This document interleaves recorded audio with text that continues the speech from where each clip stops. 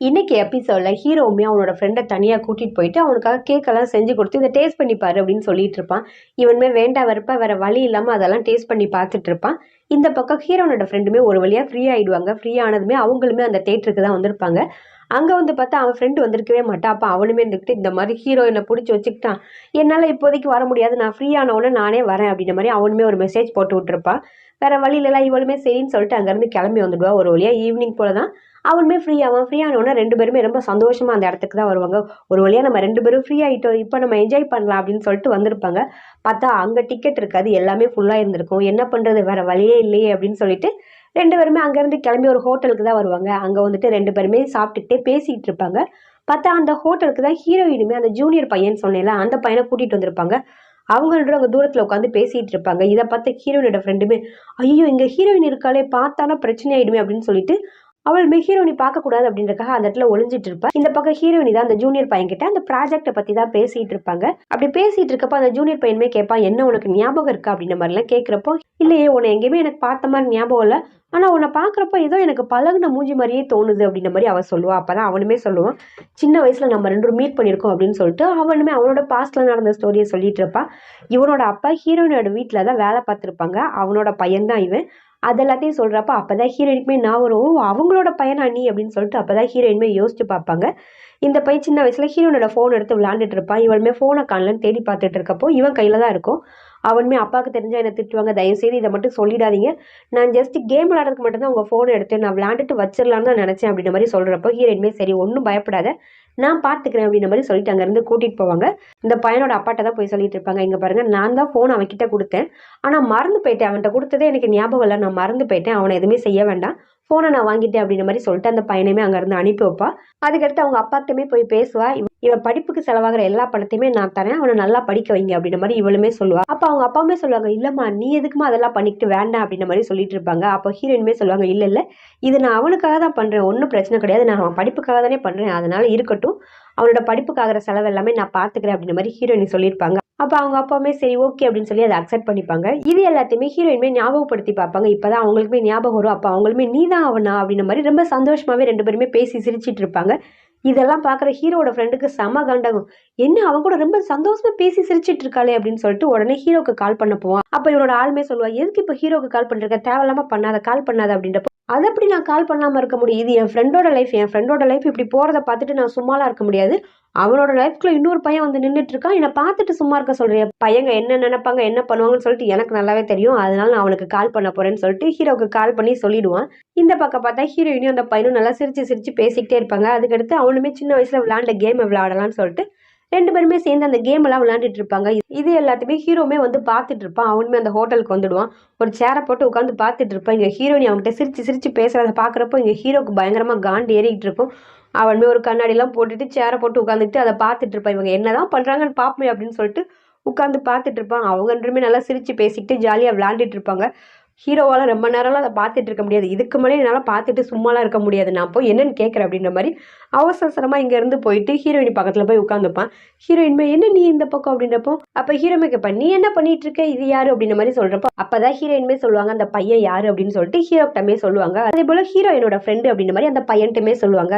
அப்போ ஹீரோவுமே கொஞ்சம் பொசிசிவ் ஆகிற மாதிரியே பேசிகிட்டு இருப்பான். என்ன நீ என்கிட்ட எதுவுமே சொல்லவே இல்லை, அதே போல் இங்கே வரேன் இவனை மீட் பண்ணுறேன்னு சொல்லிட்டு எந்த விஷயத்தையுமே என்கிட்ட சொல்லவே இல்லை, நீயா வந்துட்டு அப்படின்ற மாதிரிலாம் சொல்கிறப்போ இதை பார்க்குற அந்த பையனுமே சொல்லுவான், அவங்கள பார்த்தா அவங்களோட ஃப்ரெண்டு மாதிரி தெரியவே இல்லை, அவங்களுக்கு உங்களை ரொம்ப பிடிச்சிருக்குன்னு நினைக்கிறேன், அவங்க பண்ணுறதெல்லாம் பார்க்குறப்போ அப்படிதான் இருக்குது அப்படின்ற மாதிரி அந்த பையனுமே சொல்லுவான். இதெல்லாம் கேட்குற ஹீரோவுமே ஆமாம் அப்படின்ற மாதிரி உட்காந்துட்டு இருப்பான். அப்போ அவனுமே சரி நம்ம வேணா விளையாடலாமே இந்த கேம் அப்படின்னு சொல்லிட்டு ரெண்டு பேருமே விளையாட ஆரம்பிப்பாங்க.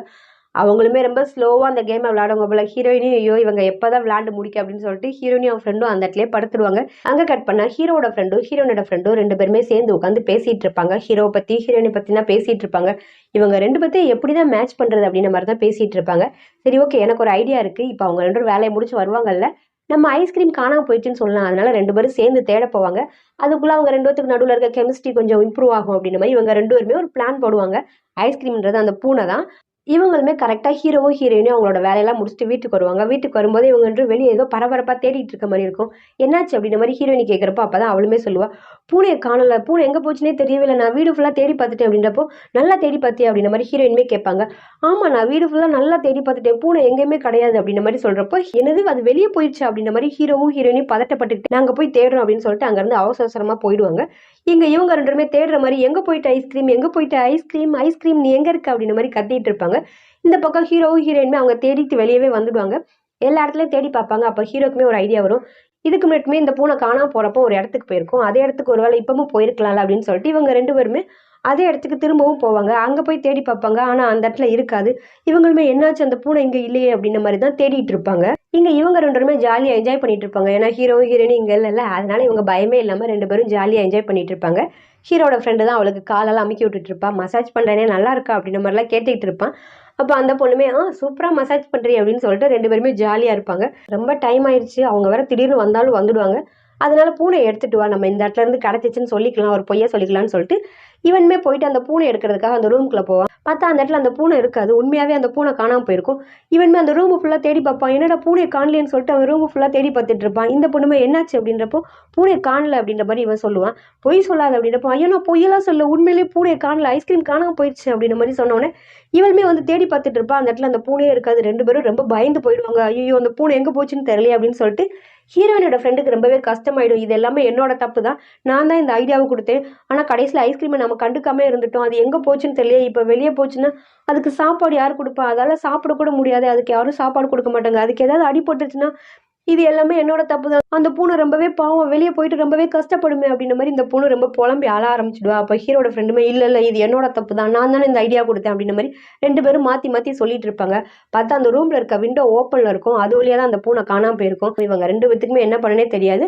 அப்போ ஹீரோட ஃப்ரெண்டுமே என் ஃப்ரெண்டோட பூனையும் இந்த மாதிரி தான் காணாம போச்சு, அவன் ஒரு ஐடியா பண்ணான் அப்படின்ற மாதிரி சொல்லிட்டு வா நம்ம அதை பண்ணலாம் அப்படின்னு சொல்லிட்டு அந்த பொண்ணு அங்கிருந்து கூட்டிட்டு போவான். இந்த பக்கம் ஹீரோவை ஹீரோயினி தான் காட்டுவாங்க. அவங்களுமே அந்த இடத்துல தான் தேடி பார்த்துட்டு இருப்பாங்க. பார்த்தா ஒரு பாக்ஸ்க்கு பின்னாடி இருந்து சத்தம் வந்துகிட்டே இருக்கும். பூனையோட சத்தம் தான் வரும். அப்போ ஹீரோக்குமே அந்த சத்தம் கேட்டுடும். அநேகமா அந்த பூனை இங்க தான் இருக்குன்னு சொல்லிட்டு அந்த பாக்ஸ் எல்லாமே எடுத்துட்டு அதுக்குள்ள போவான். அங்க பார்த்தா அந்த பூனை அங்கதான் இருக்கும். அந்த பூனையை பார்த்தோன்னே ஹீரோயினுக்குமே ரொம்பவே கஷ்டமா இருக்கும். அழுதுடுவாங்க.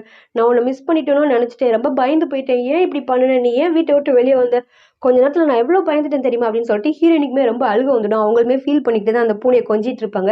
ஒரு வழியா அந்த பூனை கிடைச்சிருச்சு, எனக்கு ரொம்ப சந்தோஷமா இருக்கு அப்படின்ற மாதிரி சொல்லிட்டு அந்த பூனையை எடுத்துட்டு வீட்டுக்கு தான் வருவாங்க.